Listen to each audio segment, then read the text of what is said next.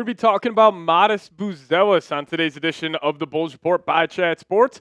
My name is Patrick Seatman, and today's show is presented by Prize Picks. But coming up on today's show, a full breakdown on Matas Buzelis, as we're going to be first talking about a viral video of Matas Buzelis hit the internet, and he was looking absolutely jacked in the gym. Second half of today's show, 5 ways that Matas Buzelis can reach that breakout season for Chicago this upcoming year. But let's talk about the viral video. So this hit the internet yesterday, and a lot of people had a lot of different thoughts on it. But it was a viral video of Matas Buzelis benching 225 for the first time. He was incredibly fired up about it. Obviously, a guy where a big question mark around his game coming to the NBA was, how can he put on weight? How can he put on muscle? And it looks like he's been taking that very seriously this offseason. And the one funny part about this video is that a bunch of bodybuilding experts, a bunch of gym nerds, a bunch of these guys were critiquing Matas Buzelis' form.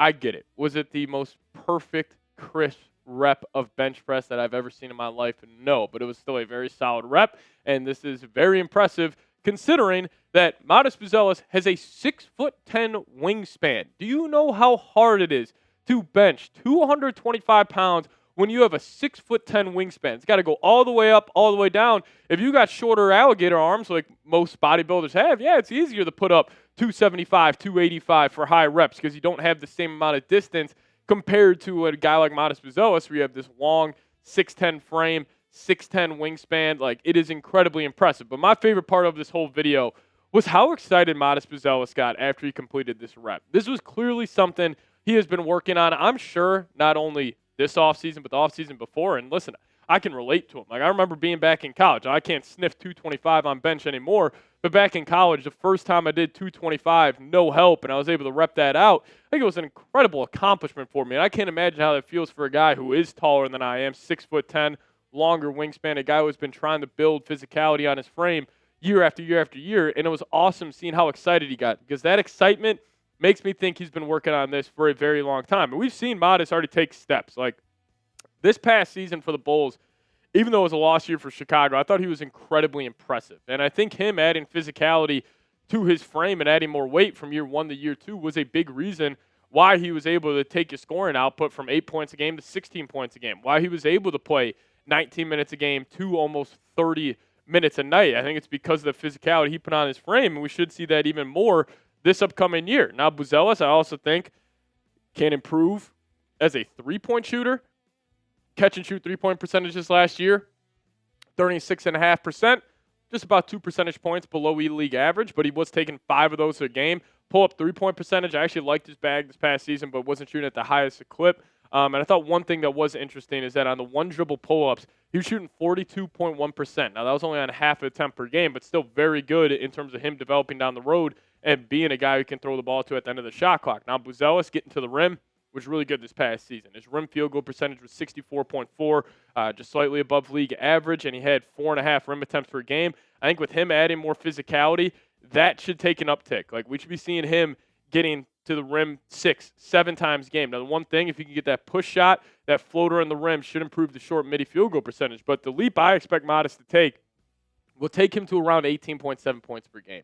That's my stat projection for him in year 3. 18.7 points a game, 6.3 rebounds. He adds more ability as a playmaker, goes up to 3.1 assists, and then he's averaging about 2.5 stocks per game while maintaining about the same efficiency. Now, I don't think Buzelis will go from like 8 to 16 to like 24. I think with now Caleb Wilson, the full Josh Giddey, ball not being in his hand as much, I think it'll be closer to around 20 points a game than 24, but I should see an uptick in his scoring because also I'm going to assume that he's playing 35 minutes a game compared to the old 30 he was playing this past season. But you guys let me know down below, more or less 18.5 points per game for Matas Buzelis next season. Give me them for more. Give me the L for less. You guys let me know your thoughts down below. Hop down in the comments section.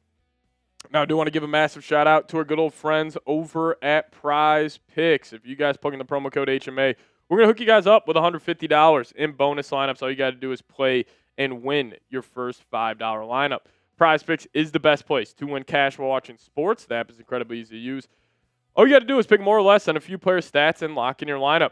Prize Picks is available in most states, including California, Texas, Florida, New York, and, of course, Illinois. And anytime I'm watching any of my favorite sporting events, making a Prize Picks lineup makes it that much more enjoyable. And we got action in the W and also in baseball tonight. Here's a lineup we're going with. $3 to win 18, but you got Angel Reese in there, Kelsey Mitchell, and Sal Stewart. So if you guys want to fade those picks or tail those picks, just make sure you guys do so at Prize Picks. And you guys can also follow me on the app.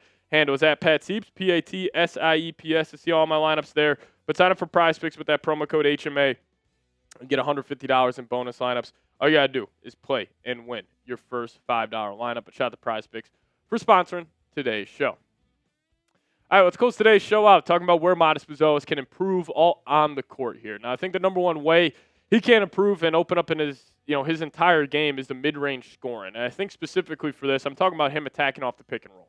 Because last year, I did feel like Matas Buzelis would find himself in the trouble. If they're allowing him to take that step in, pull up three, he'll take it. But if they're kind of playing that in between where they're not letting him get to the rim, they're not letting him get to that pull up three, you can really hone in on his game. But getting that mid-range jump shot where you can just get one dribble, get to the elbow, pull up, knock down that shot, that'll have a reactionary effect. When that big guarding him, he can't just sit at the rim and protect it. He's got to come out and step up. And then if he starts playing Matas a little higher, then the blow-by is right there. So I think the mid-range, also out of the post, could be a huge advantage for Buzelis, but that mid-range scoring specifically is where I'm looking at for him offensively. Now, defensively, just on-ball defense, there's got to be a little better.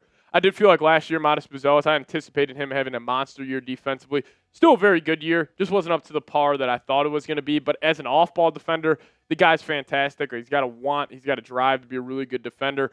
And I think this year the on-ball defense will very much improve with guys like Claxton, Caleb Wilson around him, like just better defenders. Like last year for the Bulls, it was really just Matas and Isaac Okoro as like the plus defenders on this team. But with better defenders, I think we should see a better on-ball defensive performance from Buzelis this upcoming year. And then also spot-up scoring. He's going to have the ball less in his hand, or probably about the same this upcoming year, but still most of his scoring will probably come from spot-up situations, whether it's Josh Giddey getting to the lane, kick out to Buzelis, or maybe it's Norman Powell. He's getting double-teamed, he's getting hounded, and he can just spot up. It's kind of three-dribble one-on-one, put the ball on the deck quick, get to the rim, get to his pull-up jump shot. Being more effective and impactful on spot-up scoring will be huge. And then I think also Matas, he does this well, but I think he can be a great cutter.